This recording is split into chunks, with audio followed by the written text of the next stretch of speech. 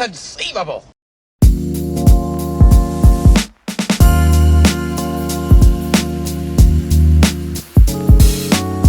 Hi, my name is Ransom from Eversea Robotics Team 2530, Inconceivable, and I'm here to give a CAD update thus far. Our CAD is pretty much done with just some very minor tweaks to work out. A lot of it has just been making sure everything gets to manufacturing in a timely manner and getting all that drawn up so that they know what they're doing. We've already started working on some assembly, but past that we just hope to tweak a few things, make our design marginally better than it already is, and keep rolling. Hi, my name is Cheyenne, and for graphics, we've started the whole entire process of designing and all of that. We've also gotten the sponsor board basically done. We just have to put it into Illustrator, and then we'll be done with that. The side parts are still a little bit ambiguous, but we do have a plan, and we're planning to finish that very, very soon, preferably Monday. It's probably gonna be vinyl, and then on top of that, we're gonna have this car wrap thing that's clear, and it's very thin, it's very light, and basically that'll protect the graphics from scratching and all of that, and I think we'd be very good. Hello, my name is Luke Unterholzner. And I'm Zachary White. And today we're going to talk a little bit about some of the electronics we've been doing on the robot over the past week. Two main things we've done are going to be the power and the can. The power, we've kind of routed it just all towards the PDH. The PDH is not going to be mounted here, I promise you that. But just to see where things need to go, we've put that there for now. And we've wired pretty much the CAN bus and connected all the devices and hooked it all up to the Rio. Some of our best device placements on the team. We're going to go with this Rio right here. Love that. The world's most inaccessible mini power module in the Cave of Secrets. And yeah, I think that's about it. Everything's kind of bog standard, but yeah, there you go.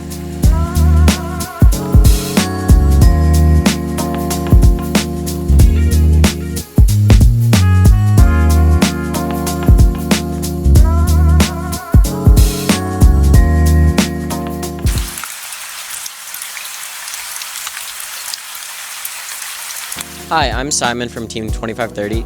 So we have for the turret, we have two brass flywheels here. And this is going to be on our turret. We have a Kraken up here powering this whole thing. See, this is pretty hard to turn. That's how it should be. And this angle is about 71, I think. Oh, hey gang, how's it going? This is our intake. As you can see, this is a slap-down style intake. Why is it called a slap-down, you may ask? Because it sits like this, and it slaps down. Really intuitive. So we made this out of Max Composite. Why we made it out of Max Composite is because we can laser our Max Composite, and our bottleneck right now for manufacturing is our CNC. This was originally designed for 1/4" poly, but 0.2 Max Composite will do. #TeamRev.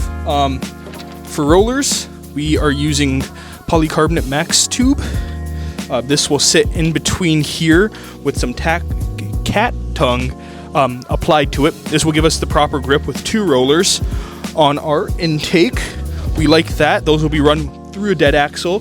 The pulley for that is over here. This one runs our intake that drives down to a X44 that mounts down here. This one comes out to our roller out here, and then this roller is then it transfers across to a belt that strings between that strings between those two to run the bottom belt.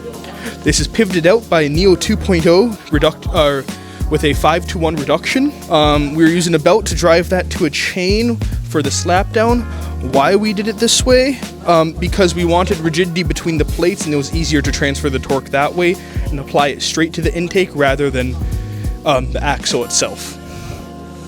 Just more rigid that way. This is going to mount our box tube frame is going to mount in between here, exactly 1 inch, almost as if we designed it that way.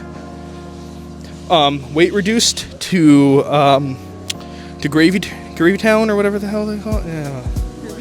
Gravy Town. Okay. Gravy Town, baby. It's nice and beautiful. This side's less weight reduced because the weight reduction is taking too long. Hi, I'm Julia, and today I'll be talking a little bit about bumpers, so some progress we've made. We had these long boards and short boards. We attached them all with these brackets. Had everything attached. We had to take them apart to be able to drill the mounts for everything. So this is an example of one of the mounts that we're doing. So this is on the short side of the bumper, and it's like this weird screw-like thing. And then this side will end up in the citrus mount, which I don't have one handy, but it's like a citrus circuits inspired mount where it kind of just like sits here like this, and then there'll be a nut on one end to hold it in place. Those are for the short sides. For the long sides here, we haven't finished, but we will be adding holes and adding plumber mounts to this panel. So that's that. We have cut out all of our foam. We are using the pre-made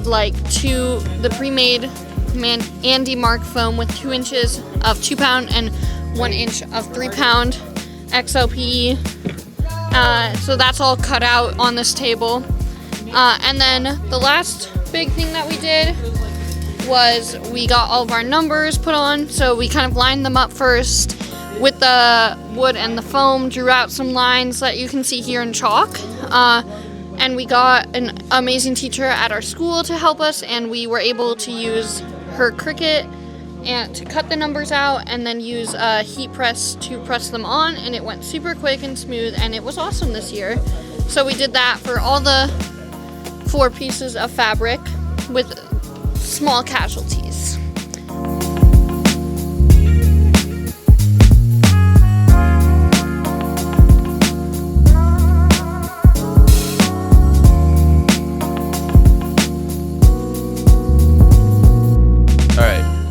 Dr. B's in the way.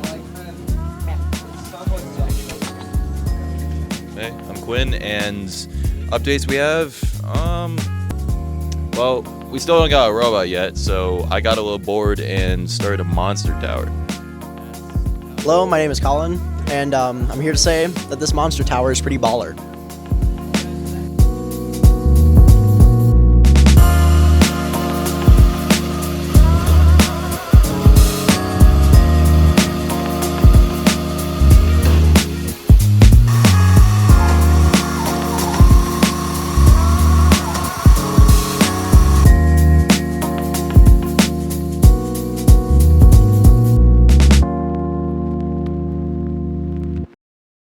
You keep using that word. I don't think it means what you think it means.